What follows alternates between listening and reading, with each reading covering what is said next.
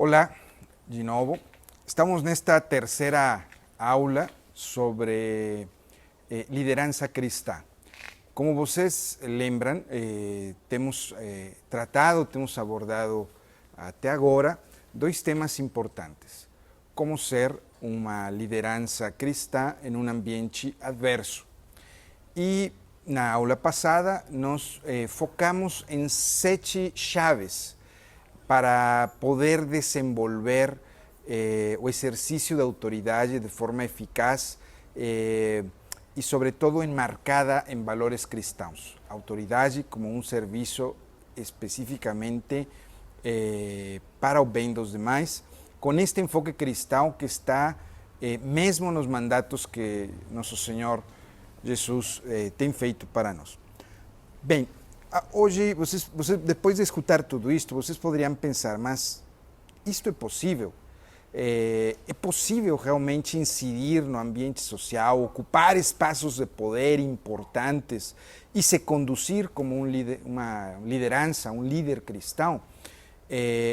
Não é isto só uma coisa que está no pensamento, no ideal das pessoas? Não, não é. Ao longo de 20 séculos, os cristãos, de forma variadíssima, de forma muito diversa, têm participado da construção das suas sociedades, da construção, diríamos, entre aspas, né, da história. E muitos deles o têm feito com sucesso.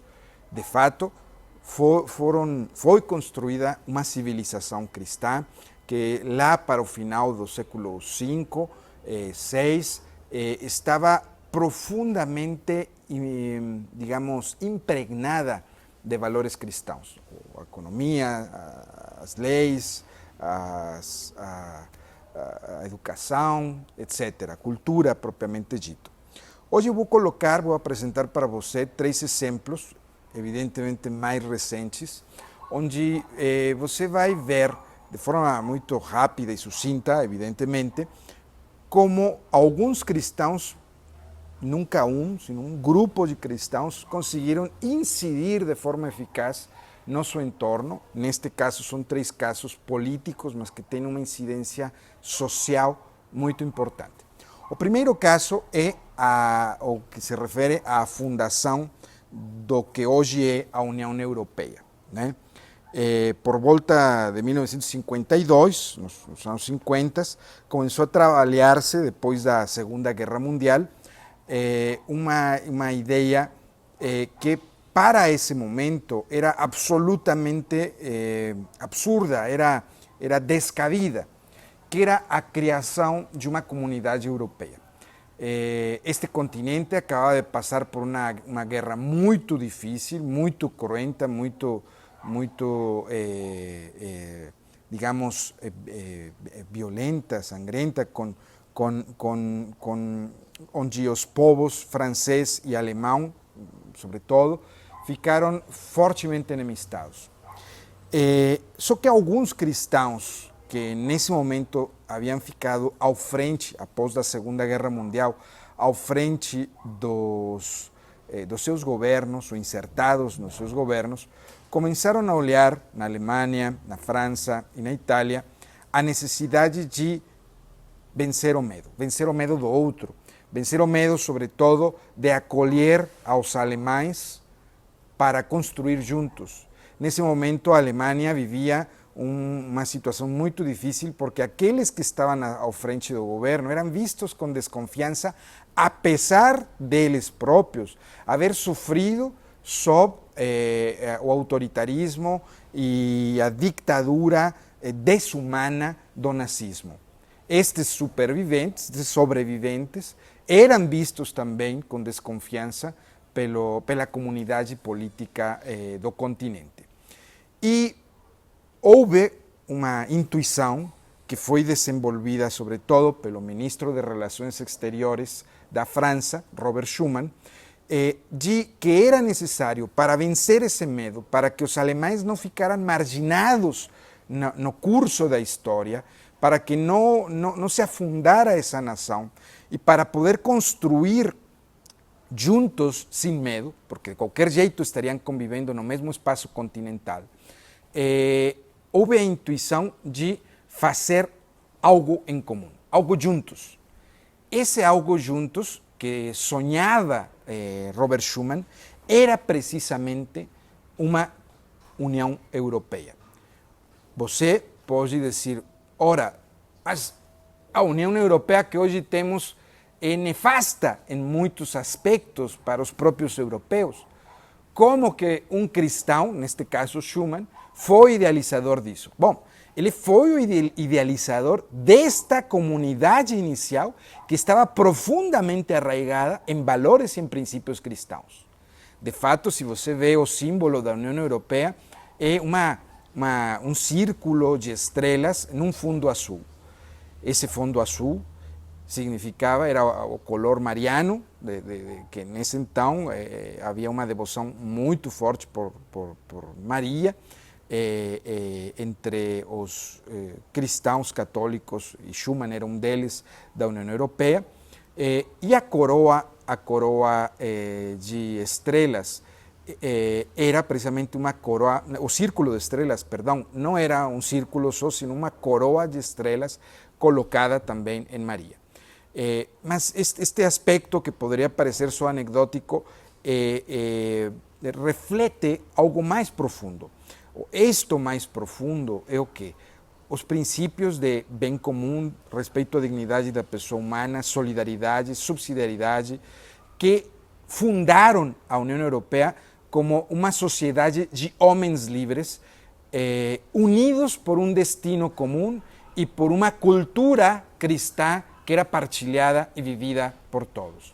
Uma cultura que havia sido agredida pela guerra, pelas dictaduras que haviam provocado essa guerra e que hoje também se via, nesse momento, nos anos 50, ameaçada pelo avanço do comunismo. Schuman, como esta ideia, repito, parecia nesse momento pouco eficaz de ser levada para frente, junto com Alcide Gasperi e, sobretudo, com Conrad, que era, Alcide Gasperi era o chefe do governo italiano, e, sobretudo, com o chanceler da Alemanha, o Konrad Adenauer, idealizaram um instrumento que possibilitara o desenvolvimento progressivo dessa união. Colocaram uma pedra inicial. E essa pedra inicial foi a Comunidade Europeia do Carvão e do Aço. Perdão, do aço, do carvão e do aço. ¿Por que começar com um instrumento que parecia especificamente econômico? Bom, tudo isto foi levado, não posso neste pequeno vídeo entrar em detalhes, mas é uma história extraordinária porque foi levado com relativo sigilo, com um certo secreto, primeiro acrescentando aquelas pessoas que poderiam ajudar a aprovar esta iniciativa, convencendo elas, desfazendo as resistências que havia, e quando estes homens tinham já um conjunto de apoios que possibilitariam que este projeto não fora fundado, então foi dado a conhecer em público. Foi uma ação de uma fineza política extraordinária, de uma agudeza e de uma astúcia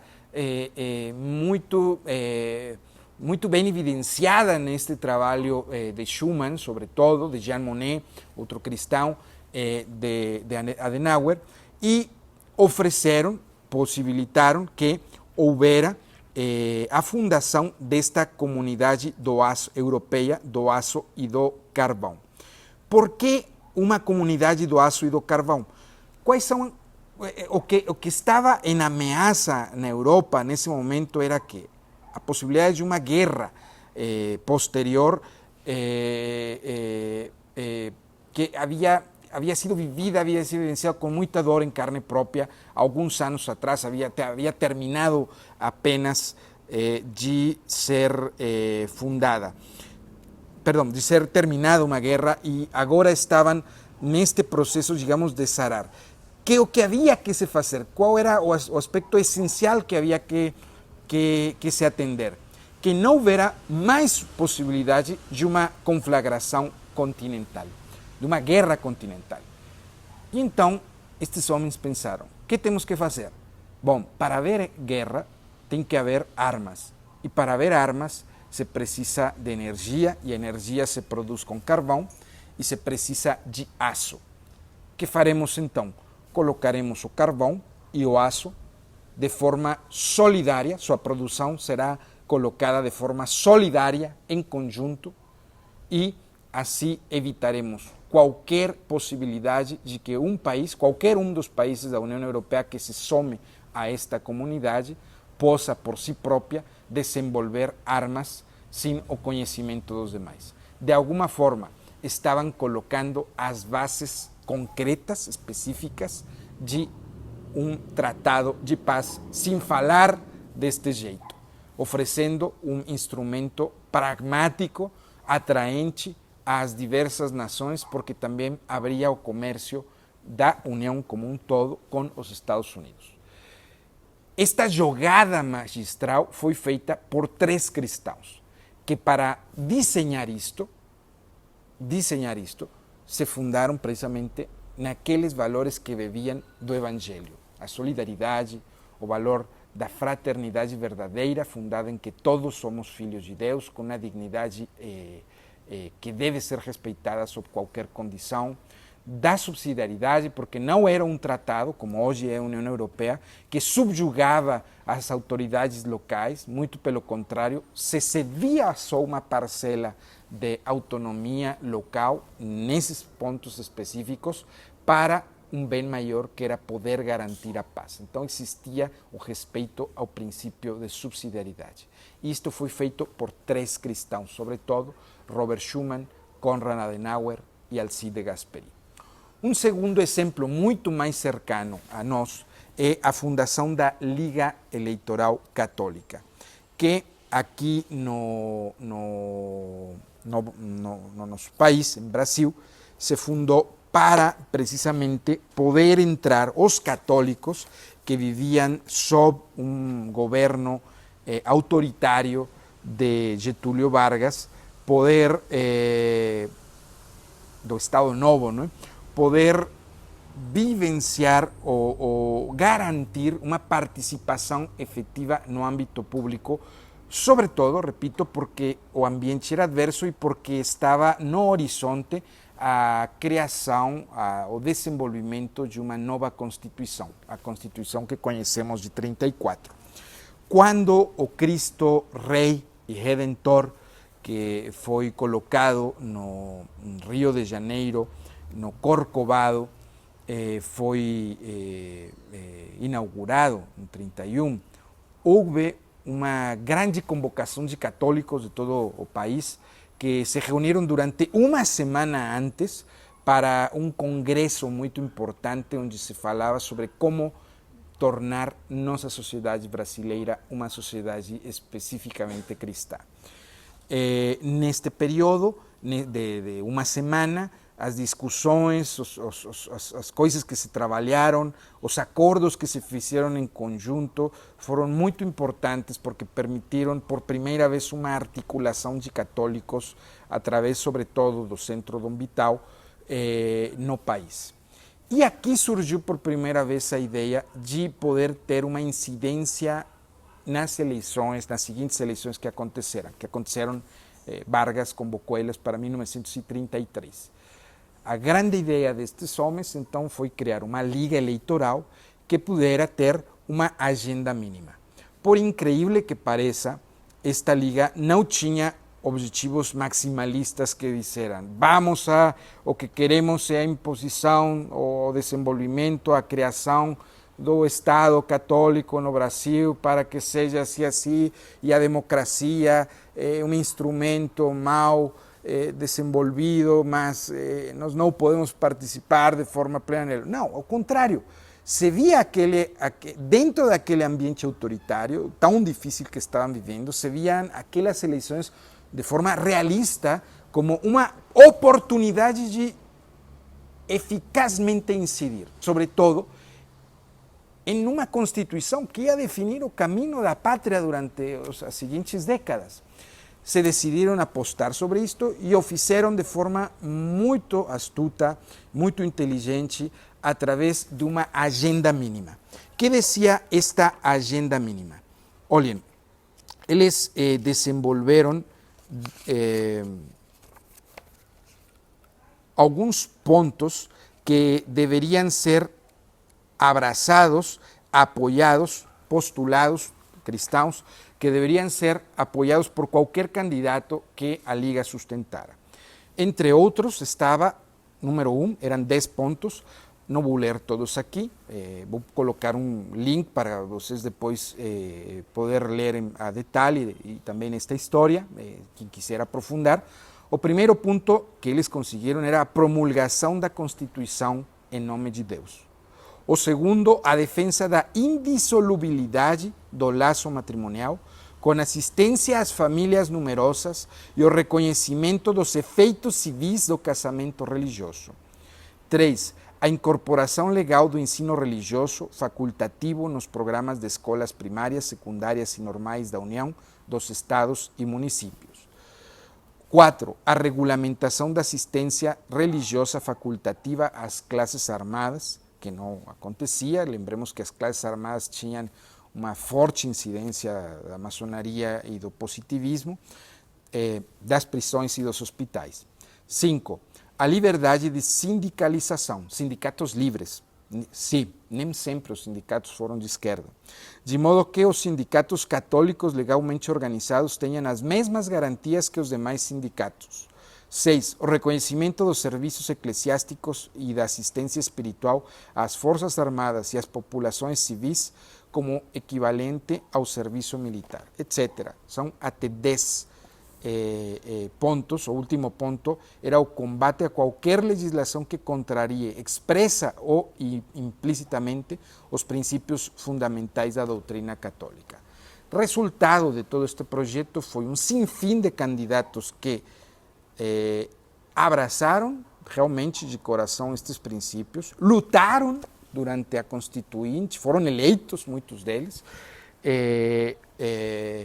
lutaram durante a Constituinte para que estes princípios foram incorporados. Boa parte deles foram recolhidas uma parte deles foi recolhida na Constituinte, apesar deles serem poucos, né, em número, conseguiram incidir de forma eficaz e sem ter uma Constituinte, digamos, muito boa, toda ela com uma orientação cristã, não, se tinha, pelo menos, alguns destes princípios, alguns destes pontos que eram parte de uma agenda mínima negociada, tratada, elaborada em conjunto pelos católicos nestes anos de 30 a 34.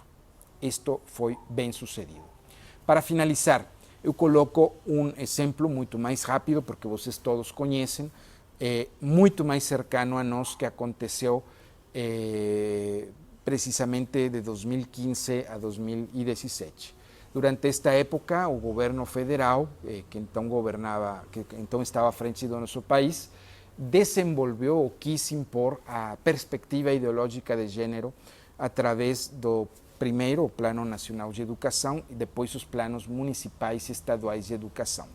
Não foi possível no Plano Nacional de Educação, graças à ação muito incisiva de cristãos que foram a fazer um lobby intenso no Congresso Nacional para que diputados, legisladores que nesse momento, cristãos e não cristãos, entenderam a gravidade da situação e conseguiram extirpar, em 2015, do Plano Nacional de Educação, estes diversos elementos que eram contemplados nesta iniciativa do governo federal, que tinham ideologia de gênero. O governo federal não ficou contente com isto, ao contrário, ficou muito bravo e lançou uma ofensiva que parecia imparável. Foi um golpe com uma mão muito dura que realmente seria muito difícil de frear, porque o combate então deveria dar-se em cada um dos municípios do país. né, dos milhares de municípios que o país tem. Estes elementos de ideologia de gênero iam ser colocados nos planos estadual e os planos municipais de educação.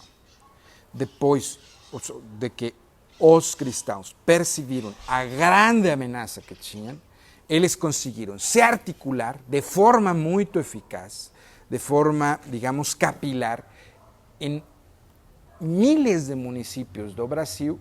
Você, provavelmente, que me está escutando, formou parte dessa história, e conseguiram frear de forma eficaz em aproximadamente 70% dos municípios do país estes elementos de ideologia de gênero. Aqui em Belo Horizonte houve uma batalha espetacular em aliança com os vereadores que tínhamos nesse momento em mandato na Câmara Municipal de Belo Horizonte e a Rede Estadual de Ação pela Família, que nesse momento estava nascendo e que deu uma luta muito intensa junto com alguns vereadores para poder frear isto. Na Câmara Municipal de Belo Horizonte, estes cristãos, de forma organizada, assumindo a frente destes trabalhos, agindo em conjunto, deixando de lado os individualismos, conseguiram que, por primeira vez, uma iniciativa deste gênero fora assinada por um amplo conjunto de vereadores, onde eles falaram: nós não vamos colocar nosso nome, vamos fazer em conjunto. 18 vereadores assinaram em conjunto as modificações sugeridas pela Rede Estadual de Ação pela Família a este plano municipal e conseguiram, repito, agindo em conjunto, sociedade e legisladores locais, vencer esta ameaça tão grave que se cernia sobre nossas cidades, sobretudo para as famílias e para as crianças. Este exemplo, que em outro momento poderemos explicar com muito mais detalhe, é um exemplo claríssimo de que ainda hoje é possível vencer sem dinheiro, porque praticamente não tínhamos dinheiro, sem ter uma grande estrutura burocrática, etc. Você pode incidir eficazmente se tem a generosidade de oferecer seu tempo. Se você não tem muito tempo, desde seu próprio lar pode se tornar um promotor destas causas de forma eficaz. E se você tem essa generosidade e o desejo de incidir, de não ficar omisso, de não ficar com os braços cruzados, sino de se envolver para transformar seu entorno, você pode fazer isto possível. Em outros momentos poderemos falar de outros exemplos, casos de sucessos, porque temos muitos, e também oferecer para você outras ferramentas que lhe ajudem, como cristão, a incidir na sociedade. Espero que estes 3 exemplos tenham sido úteis para você. Lembre, estamos em um mundo em luta, queramos ou não. Você só precisa decidir o que você vai fazer com seu tempo e de que lado desta luta você vai ficar. Fique do lado do bem, incida para transformar a sociedade. Esta terceira aula, digamos, é parte do conteúdo que eu inicialmente lhe prometi, 3 aulas em torno ao tema de liderazgo. Porém, nosso conteúdo ainda não encerrou. Amanhã eu vou colocar aqui um vídeo que eu gostaria muito que você assistira, que não deixara de assistir. É um vídeo muito importante que eu penso vai ser de pleno interesse para você, se é que gostou destas 3 aulas. Espere amanhã este vídeo e nos encontramos de novo.